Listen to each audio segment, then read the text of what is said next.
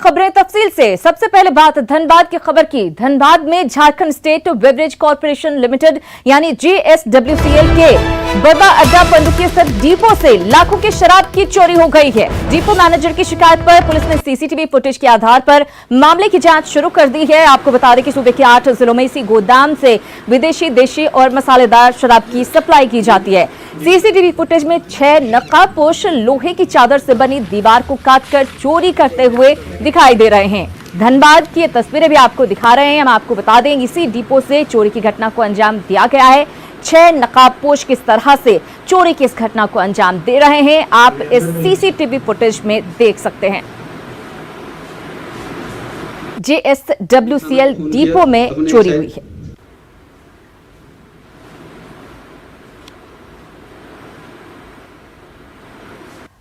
हमने थाना को फ़ोन किया, अपने एक्साइज असिस्टेंट कमिश्नर को फ़ोन किया। सबके आने के बाद CCTV फुटेज दिखाया गया। उस आधार पर हमने एक प्राथमिकी दर्ज कराई है। तो CCTV फुटेज के आधार पर मामला दर्ज कर लिया गया और इसी फुटेज को आधार बनाकर मामले की जांच की जा रही है। 6 नकाबपोश जो चोरी की घटना में संलिप्त हैं, इनकी गिरफ्तारी के लिए अब ताबड़तोड़ कार्रवाई शुरू कर दी गई है। हम आपको बता दें यही डिपो है जहां से कई जगह पर शराब सप्लाई की जाती है।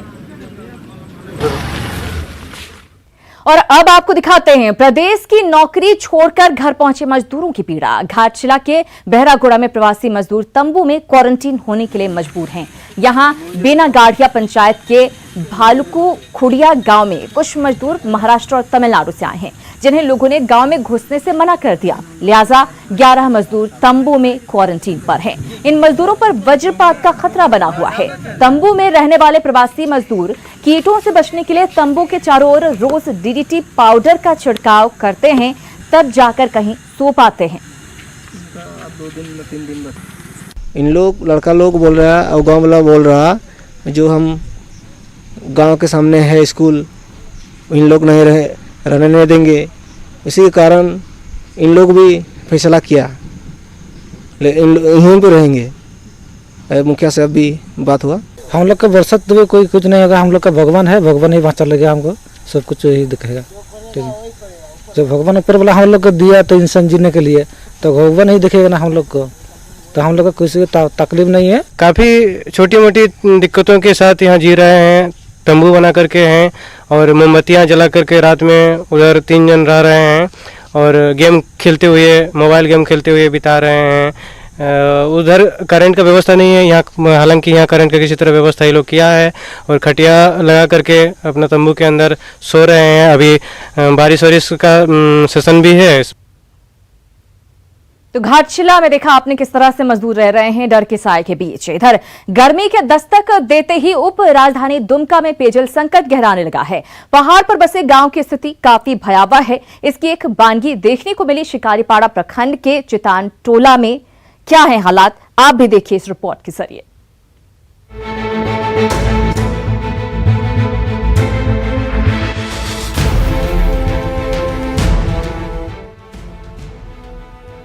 दुमका में शिकारीपाड़ा प्रखंड मुख्यालय से महज 10 किलोमीटर दूर है सीमानीजोर पंचायत का चितान टोला। पहाड़ पर बसे इस गांव में संथाल समुदाय के लोगों के 15 घरों की बस्ती है। यहां के लोग अपनी प्यास बुझाने के लिए बरसाती नाले का पानी पीने को मजबूर हैं। करीब 5 साल पहले यहां 2 चापानल लगाए गए थे। उम्मीद थी कि अब पानी के लिए भटकना नहीं पड़ेगा, लेकिन 3 साल पहले दोनों चापानल खराब हो गए। ऐसे में जंगली जानवरों के खतरे से जूझते हुए लोग जंगल से पानी लाते हैं। आलम यह है कि एक ही जल स्रोत से इंसान और जानवर दोनों पानी पीते हैं। चापाकल तो है 2 ठो खराब है। कब से खराब? 2 साल से। तो कैसे पानी लाते हैं? दरिया से पानी लाते हैं।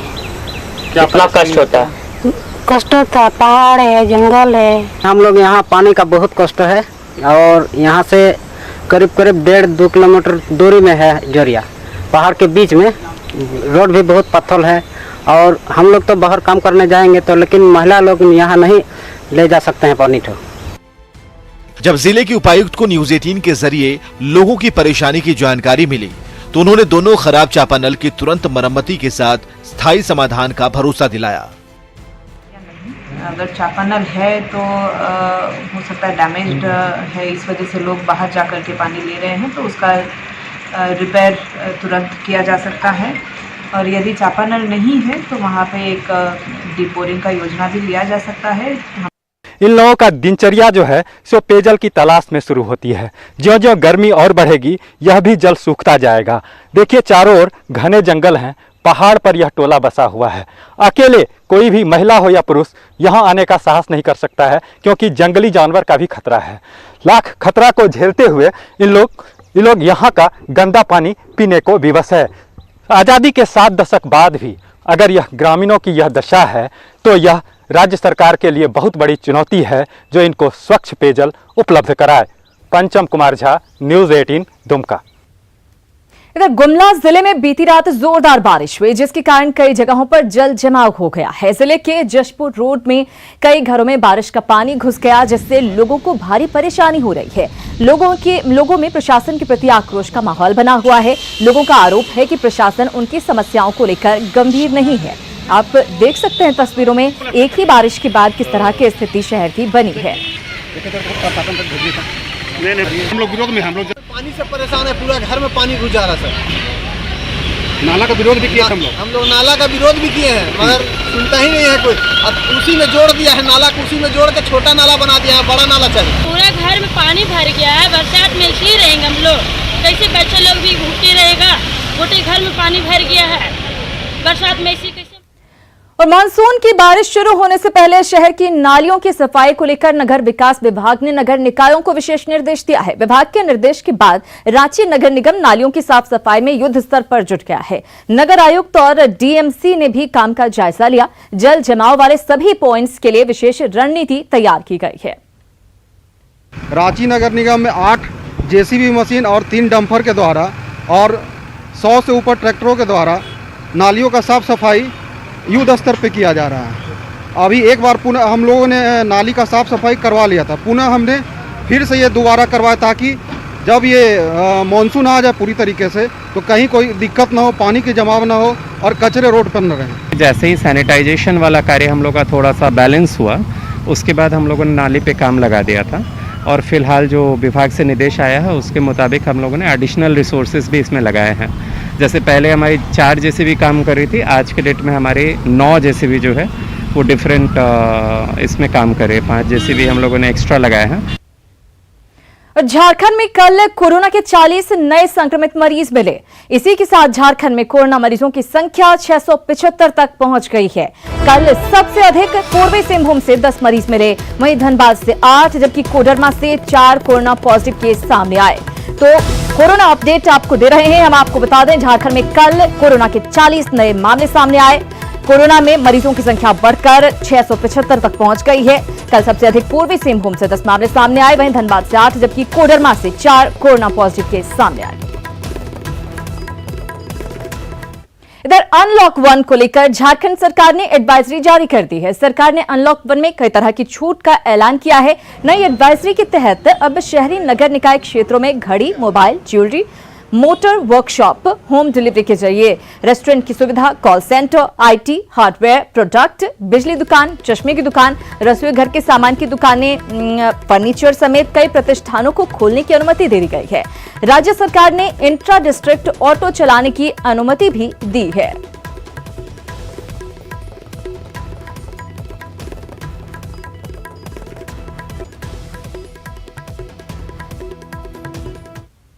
और मुख्यमंत्री हेमंत सोरेन ने आम लोगों से लॉकडाउन का पालन करने की अपील की है। सीएम ने कहा कि इस दरमियान दी गई छूट से ज्यादा उत्साहित होने की जरूरत नहीं है। राज्य सरकार ने कई छूट देने का निर्णय लिया है, लेकिन इसकी समीक्षा की जाएगी। यदि जरूरत पड़ेगी तो फिर सख्ती भी की जाएगी। हमने कहा ना कि अभी हम लोग हफ्ते भर इस पर कड़ी नजर रखेंगे। मैंने पहले भी कहा, ये निर्णय ये नहीं कि अब ये खुला तो अब खुला रहेगा या बंद नहीं होगा। ये निर्णय फिर इस निर्णय पर पूरा विचार होगा। अभी हम लोग इस पर पूरा क्लोज मॉनिटरिंग करेंगे इस निर्णय पर। और झारखंड सरकार की एडवाइजरी के बाद लौह नगरी जमशेदपुर भी आज से अनलॉक हो गया है। इसके साथ ही शहर के बाजार में रौनक लौटने लगी है। गाइडलाइंस के मुताबिक इलेक्ट्रिक, सोना चांदी और बर्तन की दुकानों को खोल दिया गया है। दुकानों में सोशल डिस्टेंसिंग और सैनिटाइजेशन के नियमों का पालन किया जा रहा है। लोग धीरे धीरे बाजार में आने लगे हैं।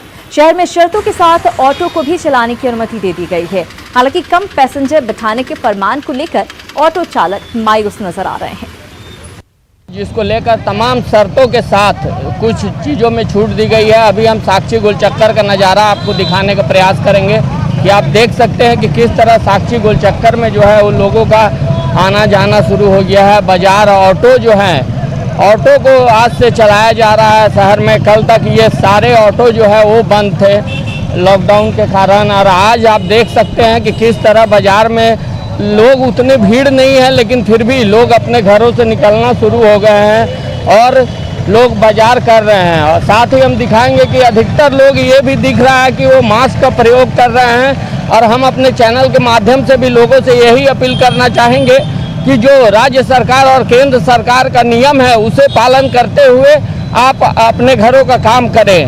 न्यूज़ 18 के लिए जमशेदपुर से रंजीत कुमार ओझा। इधर एमएसएमई को लेकर केंद्र सरकार की पहल को Jharkhand industries and trade association ने सराहा है। एसोसिएशन के महासचिव राजीव शर्मा ने कहा कि अगर इस घोषणा में थोड़े सुधार कर इसे जल्द से जल्द लागू कर दिया जाए तो व्यवसायियों को व्यापार करने में और राहत मिलेगी। उन्होंने कहा कि लॉकडाउन के कारण आम लोगों के साथ साथ व्यवसायियों को जो परेशानी हुई, ऐसे में बिना राहत और मदद के व्यापार करना उनके लिए मुश्किल हो रहा है।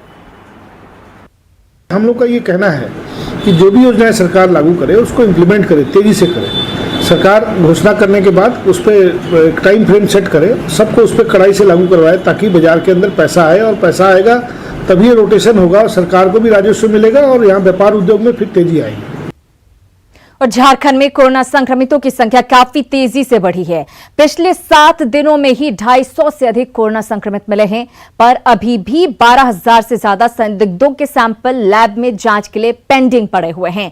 जांच की धीमी गति का असर संदिग्धों की जांच रिपोर्ट पर भी पड़ने से विशेषज्ञ इनकार नहीं करते। रांची से हमारे संवाददाता उपेंद्र कुमार की ये रिपोर्ट देखिए।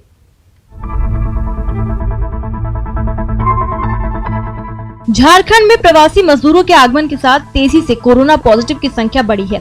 सिर्फ 7 दिन में 260 केस पॉजिटिव मिले हैं। दूसरी ओर धीमी जांच प्रक्रिया के कारण हजारों संदिग्ध प्रवासियों का सैंपल जांच के लिए लैब में पड़ा हुआ है। झारखंड के 4 कोरोना जांच सेंटर में ही 12,483 सैंपल पेंडिंग है। विशेषज्ञों की माने तो 7 दिन के बाद सैंपल रिपोर्ट में एक्यूरेसी की संभावनाएं घटने लगती हैं। आरएनए वायरस लेवाइल वायरस होता है, वो डिग्रेड करने लगता है। डिग्रेड करने का मतलब ये हुआ कि डिटेक्शन रेट लो हो जाएगा। इसलिए हम ये सारे से रिक्वेस्ट ये करते हैं कि जो सैंपल लिया जाए वो तुरंत से तुरंत उसको लेबोरेटरी में प्रोसेस भी किया जाए। वहीं रिम्स के अधीक्षक अपनी क्षमता का हवाला देते हुए कहते हैं कि उन्होंने दूसरे जांच सेंटर पर भी कोविड-19 के सैंपल भेजने की अपील की है। दरअसल पेंडिंग सैंपल के पीछे सरकार की घोषणा के बावजूद RT-PCR मशीन नहीं लगने का भी बड़ा कारण है। सरकार ने दुमका, हजारीबाग और पलामू मेडिकल कॉलेज में RT-PCR मशीन लगाने की घोषणा की थी, जो धरातल पर नहीं उतरी। तो वहीं दूसरी तरफ सरकार द्वारा मंगाई गई 30 ट्रूनेट मशीन भी फायदेमंद साबित नहीं हो सकी। सदर में तो हम लोग जांच कर रहे हैं, लेकिन ये ट्रूनेट मशीन से कर रहे हैं, जिसके की कैपेसिटी बहुत अच्छा नहीं है। लेकिन खुशी की बात यह है कि एक और ट्रूनेट मशीन हम लोगों के यहाँ आ गया है, 4 स्लॉट वाला। तो अब डेली हम लोग मिनिमम 60 तो जरूर कर सकेंगे, 60 कर सकेंगे। और धीरे धीरे सब जगह ये जा रहा है। तो ये जो बैकलॉग है उम्मीद है कि जल्दी ख़त्म हो जाएगा और जिन लोगों को ज़रूरत है उन लोगों का सैंपल टेस्टिंग हो पाएगा। कोरोना को हराने के लिए जितनी तेजी से संदिग्धों का सैंपल लेना जरूरी है, उतना ही तेजी से जांच भी जरूरी है। पर फिलहाल राज्य में ऐसा होता दिखाई नहीं दे रहा। न्यूज़ 18 के लिए रांची से उपेंद्र कुमार की रिपोर्ट। तो जांच की गति धीमी है और इसका असर जांच रिपोर्ट पर पड़ रहा है। इधर रांची के डेली मार्केट का फल बाजार एक नए लुक में नजर आ रहा है। हालांकि दुकानों को खोलने का निर्देश अभी तक नहीं आया है। ऐसे में साफ सफाई, स्वच्छता और सैनिटाइजेशन के साथ फल दुकानदारों को इंतजार है तो सिर्फ प्रशासन के निर्देश का। डेली मार्केट फल बाजार का जायजा लिया न्यूज़ 18 संवाददाता संजय सिन्हा ने। ये गलियां हैं रांची डेली मार्केट के फल बाजार की। आज कुछ बदली सी हालांकि प्रशासन की ओर से इन्हें खोलने का आदेश नहीं मिला है, लेकिन गलियों को साफ सफाई, स्वच्छता और पूरी तरह से सैनिटाइज किया गया है। तो हम लोग ने इस बात की सहमति बना लिया है कि 40% दुकान खुलेगी, उसका अनुमति जैसे आता हम लोग खोलने का प्रक्रिया को चालू करेंगे। और हम लोगों ने तमाम चीज़ों को जो है बहुत अच्छे तरीक़े से डेली मार्केट को साफ सफाई भी करवा दिए हैं और कंपलसरी कर दिए। कोई भी दुकानदार बिना मास्क, बिना हैंड ग्लव्स का नहीं बैठेगा। अगर वो बिना मास्क का बैठता है तो उसका एसोसिएशन की तरफ से 500 फाइन होगा। और हर दुकान में सैनिटाइजर जो है कंपलसरी एकदम उसको रखना है। तो आप देख सकते हैं किस तरह एक तरह का सोशल डिस्टेंसिंग का एक घेरा भी बनाया गया है कि चूंकि गलियां तंग हैं और दुकानदार जो बैठेंगे अपने दुकान में तो कम से कम कुछ दूरी उनके और ग्राहकों के बीच में हो। और रांची के डेली मार्केट के फल दुकानदारों को इंतजार है प्रशासन के उस आदेश का कि जैसे ही वो निर्देश मिले और इनकी भी रोजी रोटी चल पड़े। रांची के डेली मार्केट से कैमरामैन संजय सिंह के साथ संजय सिन्हा, न्यूज 18 रांची। केंद्रीय कैबिनेट की ओर से 14 खरीफ फसलों के न्यूनतम समर्थन मूल्य को 50 से 83% तक बढ़ाने और कृषि ऋण को अदा करने से अगस्त तक की छूट दी गई है। इस पर कृषि मंत्री बादल पत्रलेख ने प्रतिक्रिया दी है। उन्होंने कहा कि इससे किसानों को कोई बहुत ज्यादा फायदा नहीं होगा। उन्होंने किसानों के लिए विशेष पैकेज की मांग की है। हमने मांग किया था कि हमारा बजटीय उपबंध 2000 करोड़ का है और चूंकि कोरोना जैसी स्थिति से सभी लोग तबाही के कगार पर हैं, तो ऐसे में आप 5900 करोड़ रुपया राज्य सरकार को विशेष पैकेज दें ताकि हम छोटे, मझोले, बड़े और कृषि, गैर कृषि जिस तरह के लोन लिए गए हैं सभी लोन हम माफ़ कर सकें किसानों का। तो ऐसे में इस तरह का केंद्रीय जो हमारे कृषि मंत्री हैं उनका जो आया है वो थोड़ी बहुत जो छूट देने की बात है तो उसका मैं स्वागत करता हूँ, लेकिन बार बार मैं कह रहा हूँ कि विशेष पैकेज देने की जरूरत है। और कोरोना महामारी के बीच देवघर में HIV पॉजिटिव मरीज की मौत से लोग सख्ते में हैं। 35 साल के शख्स की मौत से परिवार में मातम है। परिजनों का आरोप है कि देवघर में उसका सही इलाज नहीं हो सका। मृतक की पत्नी भी एड्स से ग्रसित है। जानकारी मिलने पर स्थानीय विधायक पीड़ित परिजनों से मिलने पहुंचे और पीड़ित परिवार को मुख्यमंत्री राहत कोष से मदद दिलाने की बात कही।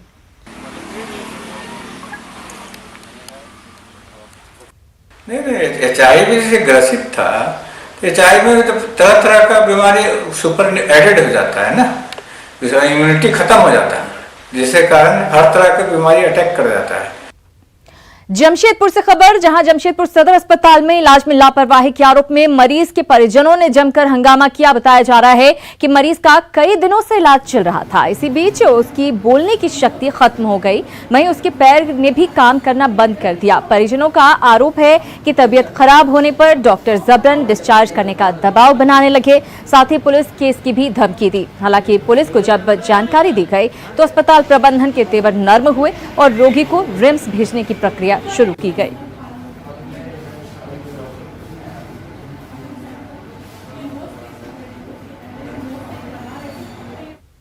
गोड्डा के पथरगामा के सुरनिया गांव में दहेज के लोभियों ने एक विवाहिता की हत्या कर दी। घटना 30 मई की है। 3 साल पहले उसकी शादी हुई थी। लड़की के पति साजन सिंह ने अपनी सौतीली मां, पिता और पूरे परिवार से बगावत कर काली मंदिर में लड़की के साथ शादी की थी। शादी के ठीक 3 साल बाद ससुर और सास ने मिलकर उसकी हत्या कर दी और सभी घर से फरार हो गए। लड़की के मायके वालों के बयान के आधार पर पुलिस ने 7 लोगों के खिलाफ नामजद मामला दर्ज कर लिया है। बताया जा रहा है कि हत्या के वक्त युवती गर्भवती थी।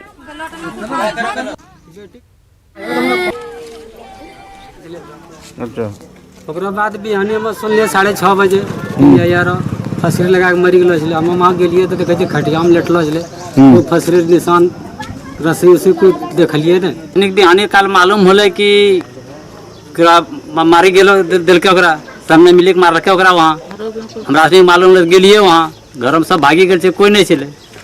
आज 3 साल शादी करना होले चले। अभी हत्या का कारण हम लोग जांच कर रहे हैं। उसके चूंकि उसके गर्दन पर चारों बगल से एक गला पर काला दाग सा है, जाहिर सी लग रहा है कि कोई फंदा उंदा लगा के गला में और उसकी हत्या की गई है। इस पर हम लोग 4-5 टोटल 7 आदमी नेम्ड FIR है जो उनके मायके वाले ने किया है।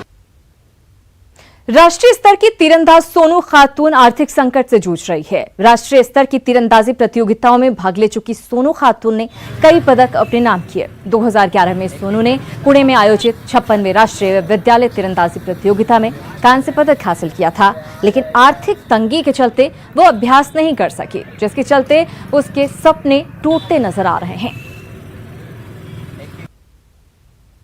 सर कि हम लोग गरीब हैं और हमारे घर में पैसा नहीं है। मेरे पापा का ड्यूटी बंद हो गया है, मेरे पापा नहीं काम कर सकते। हम लोग 3 बहन हैं, इसीलिए हम यहाँ पे बैठ के सब्जी बेच रहे हैं।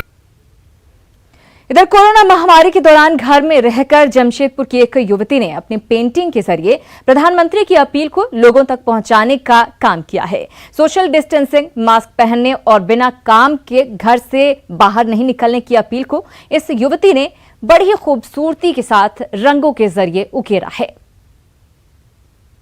कोरोना महामारी के दौरान जहां केंद्र सरकार, राज्य सरकार और जिला प्रशासन लोगों को घर में रहने की अपील कर रहा है, वहीं मैं नज़ारा दिखाना चाहूँगा। मैं जमशेदपुर शहर में हूँ, जहाँ आप देख सकते हैं कि कई लोग जो है कोरोना बंदी के दौरान अपने घरों में रहकर अपना अपना हुनर दिखा रहे थे।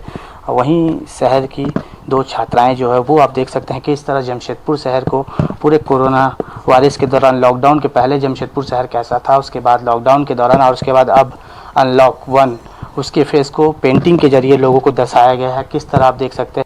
तो मेरा एक सोशल मैसेज आप लोग के लिए यही है कि ये नहीं है कि अनलॉक हो रहा है तो आप बाहर निकल जाएं, दोस्तों से मिलने चले जाएं, पिक्चर देखने चले जाएं, तो ऐसा कुछ भी नहीं है। आपको अभी भी सावधानी बरतनी है। जिस तरह से हम लोग लॉकडाउन के टाइम सावधानी बरते थे, उसी तरह आपको अभी भी सावधान रहना है।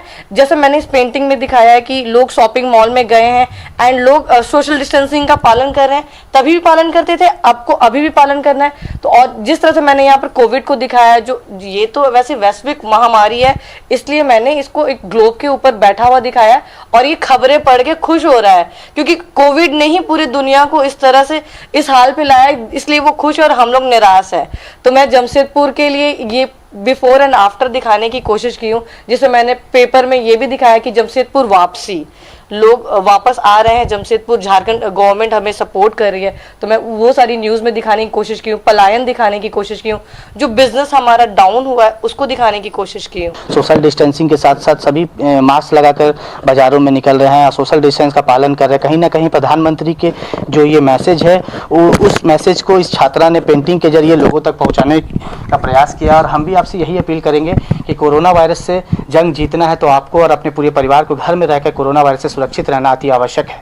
न्यूज़ 18 के लिए जमशेदपुर से आशीष कुमार तिवारी। तो हमारी अपील एक बार फिर से, कोरोना से बचें, घर में रहें। अनलॉक जरूर हुआ है, लेकिन इसका बेजा फायदा ना उठाएं। इसी के साथ इस बुलेटिन में इतना ही, लेकिन न्यूज़ 18 बिहार झारखंड पर खबरों का सिलसिला लगातार जारी है।